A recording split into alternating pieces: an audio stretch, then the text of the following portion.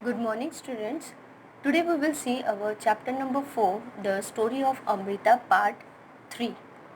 In our previous lecture, we learned our part number 1 and part number 2. So now this is part number 3. Fine, जो आज हम लोग करने जा रहे हैं.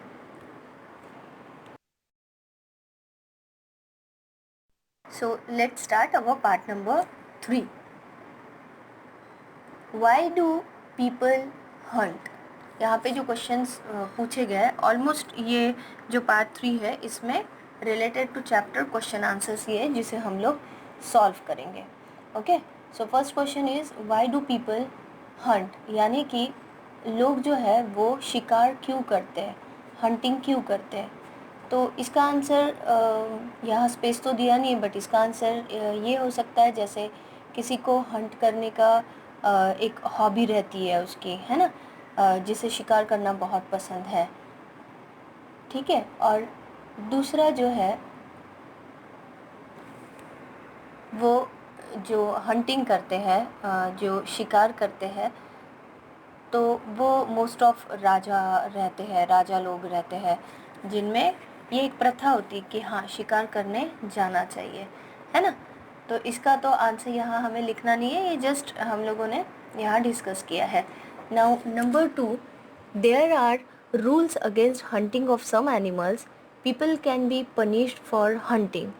Y are such punishments imposed, यानी ये हंटिंग जो है सम एनिमल्स का जो शिकार करते हैं वो एक्चुअल में बैन है. ठीक है, उसके लिए हमें पनिश भी कर सकते हैं. तो why are such punishments imposed, ये जो पनिशमेंट है, ठीक है, ये पनिशमेंट हमें क्यों मिल सकती है अगर हंट किया तो. So the answer is punishment is there to prevent excessive hunting and protect animals.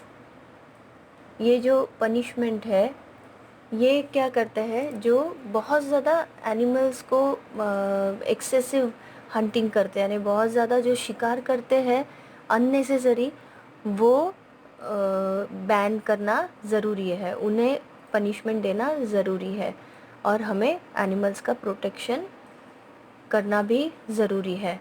यानी कुछ ऐसा होता है जैसे समटाइम्स हम लोग जंगल में गए, हम सिर्फ घूमने गए, ठीक है, लेकिन टाइगर आके अगर आप पे वॉर करता है तो आपको तब क्या करना है, आपको जान बचानी है, तब आप उसको मारोगे. ठीक है, तो उसके लिए पनिशमेंट आपको नहीं मिलेगी. लेकिन अननेसेसरी जाके आप आपकी हॉबी है इसलिए हंटिंग करोगे तो आपको पनिशमेंट मिलेगी. तो हमें मोस्ट ऑफ द एनिमल्स का क्या करना चाहिए, प्रोटेक्शन करना चाहिए. Okay, now talk to your grandparents and find out.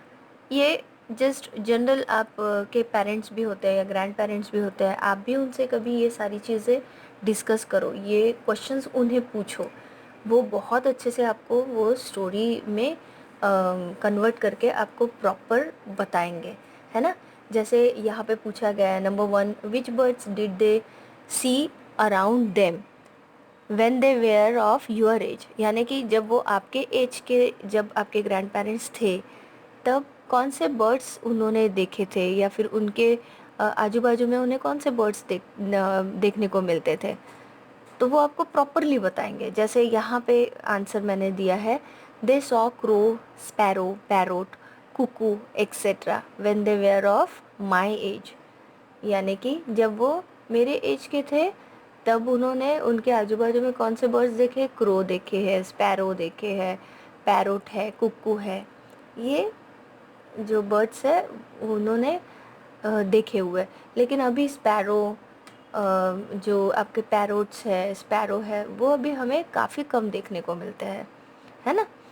अभी नेक्स्ट क्वेश्चन है, has the number of some of this birds become less, यानी ये जो ऊपर दादाजी जो आपके बर्ड्स देखते हैं, ये जो आंसर एक्सप्लेन किया हुआ है, क्या उसमें से कुछ बर्ड्स जो है वो अभी लेस हुए हैं. So obviously the answer is yes. Yes, the number of birds such as crow, sparrow and parrot has become less. Now number 3, Are there some birds or animals which they cannot see any more now? यानी इनमें से कौन से जो birds या animals है जो अभी हमें बिल्कुल भी देखने को नहीं मिलते हैं? So the answer is sparrow and cheetah can not be seen any more now. यानी ये जो स्पैरो है और चीता जो एनिमल है ये हमें अभी बिल्कुल भी देखने को नहीं मिलता है। नहीं तो स्पैरो तो पहले इतने सारे दिखते थे जो कि ग्रुप्स में आते थे, जैसे अभी पिजन्स दिखते हैं, लेकिन अभी ना स्पैरो बर्ड दिख रहा है ना ही चीता हमें बिल्कुल दिखाई दे रहा है ना।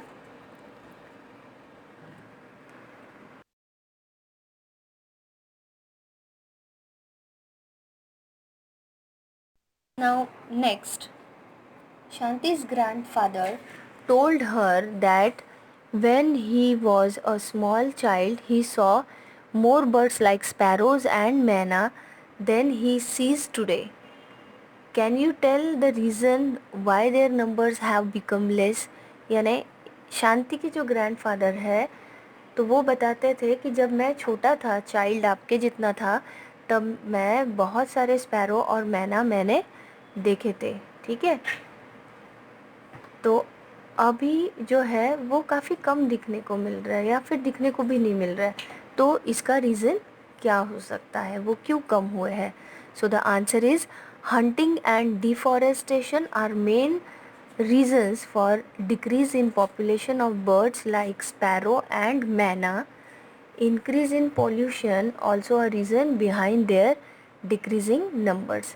यानी कि ये जो हंटिंग है यानी लोग जो शिकार करते हैं उसके कारण, या फिर डिफॉरेस्टेशन यानी कि ट्रीज़ को कट आउट करना, ठीक है, ट्रीज़ को तोड़ देना, कट कर देना, जिनके कारण ये जो दो रीज़न्स है, इनके कारण ये जो स्पैरो मैना जो है उनका नंबर कम हो गया है, वो दिखना बिल्कुल भी कम या बंद हो गया है। और दूसरा रीज़न है कि पोल्यूशन। ये जो पोल्यूशन है यानी पूरा फैक्ट्रीज़, कार्स, गाड़ीज़, इनका जो पूरा धुआं है, जिनके कारण ये जो बर्ड्स है वो सर्वाइव नहीं कर पाते हैं, वो मर जाते हैं। तो उसके कारण वो यहाँ से वहाँ माइग्रेट हो जाते हैं, ठीक है, और हमें फिर दिखना ही बंद हो जाता है, यानी डिक्रीज़ होते हैं उनके नंबर्स। ओके, सो ये रीज़न्स है जिससे अभी हमें स्पैरोज़ और मैना जो है वो बिल्कुल भी कम दिख रहा है या फिर दिख भी नहीं रहे। Okay, now the khejri tree was the most common tree that grew in Amrita's village. Which kind of trees can you see the most in your area? Name two such trees. यानी खेजड़ी जो गांव है, जो विलेज है, जिसमें कौन से plants दिखते हैं? खेजड़ी ट्रीज़ ही वहाँ पे ज़्यादा दिखते हैं, है ना।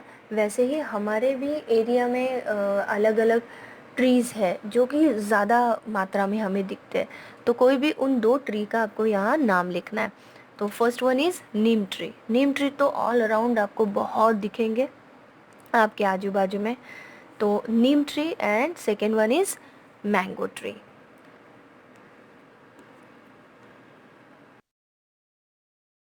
Next question, find out more about these trees from your elders.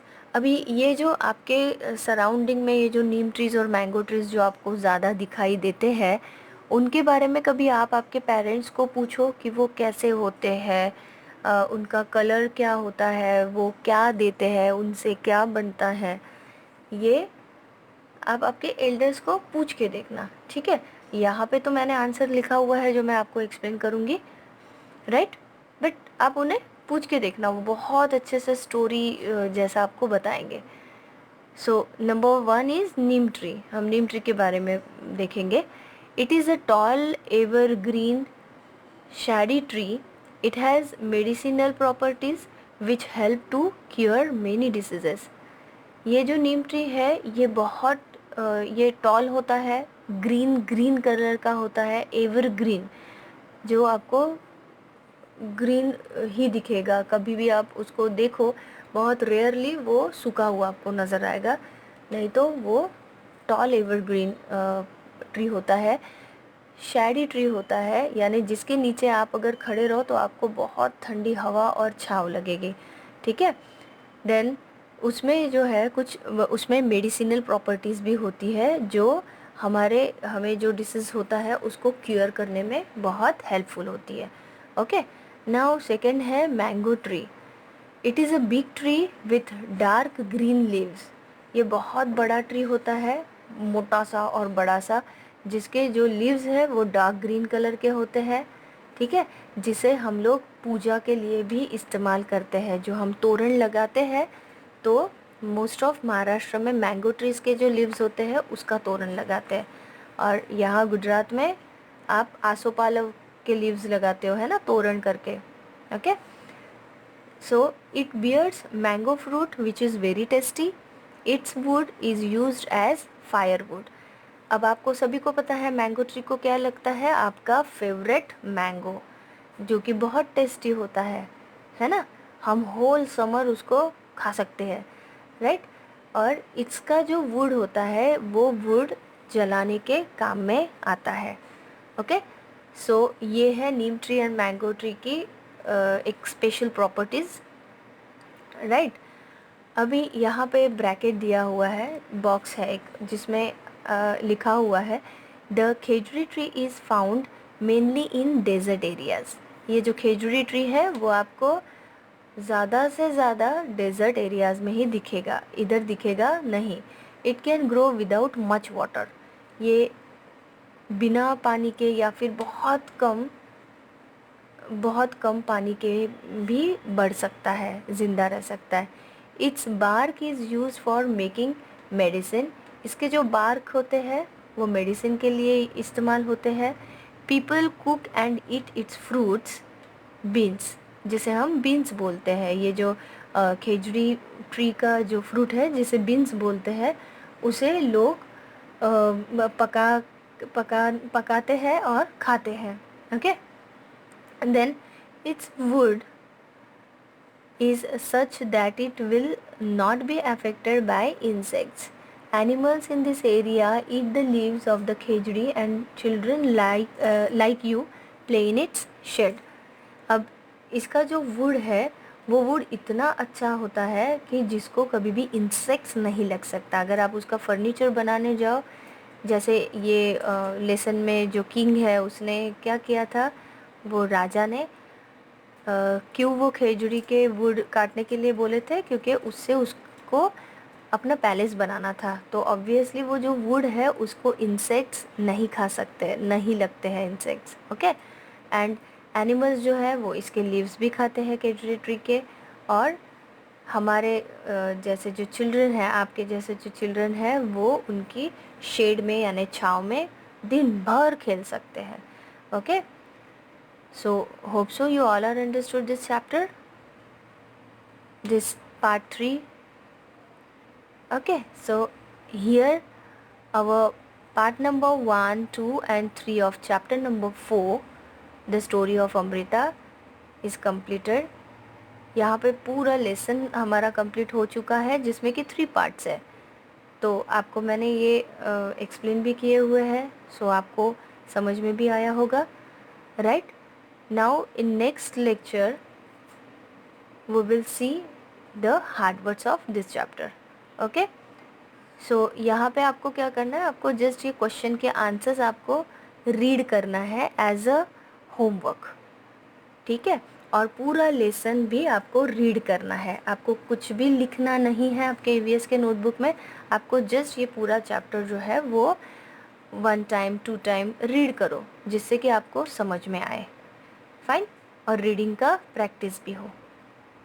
Okay, so till then take care, bye bye.